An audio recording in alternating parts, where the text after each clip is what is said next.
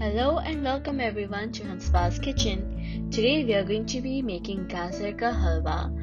Gazar is basically carrot, so it's in a way carrot pudding, but it's not a pudding. It's the different thing. Halwa is completely different. Now this halwa is usually made by grating the carrots, but we are gonna make this halwa by steam cooking it. So let's get started. For this, take about a dozen carrots, peel them off and cut them up into small pieces. Now take a pressure cooker and add about 2 tablespoons of ghee and let it melt. Now add 5 peeled and slightly crushed cardamon or elaichi and let it fry for about a minute. Now let's add the carrots and we are going to mix them all up together and let it cook in open about a minute. Add 1/3 cup of water. Mix them up again. Now let's put the lid and the whistle on and cook the carrots for about 3 to 5 whistles. It depends on your cooker. After cooking, your carrots should be very soft and easily mashable. So the next step is going to be to use a masher and mash your carrots completely. The carrots should be completely mashed. There should not be any big pieces.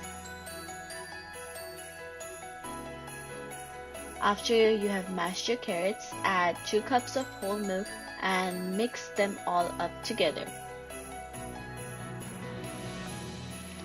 We are going to let the milk evaporate while occasionally stirring it.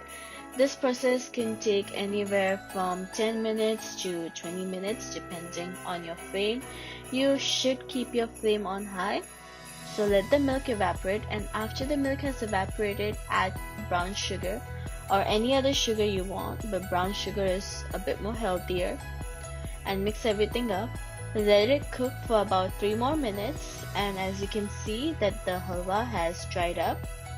So now we are going to make a little hole in between our halwa and add 1 more tablespoon of ghee. And to this ghee, we are adding dry fruits like cashews, almonds. We'll add the raisins later. We just added the raisins and we're going to fry it up for about 2 to 3 minutes. And mix them all together. They are all mixed up and looking good. So now let's add 1 more tablespoon of ghee for the extra richness.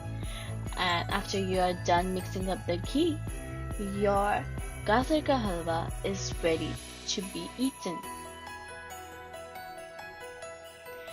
Enjoy this Gazar ka halwa and make sure you tell us how you like this recipe in the comments down below.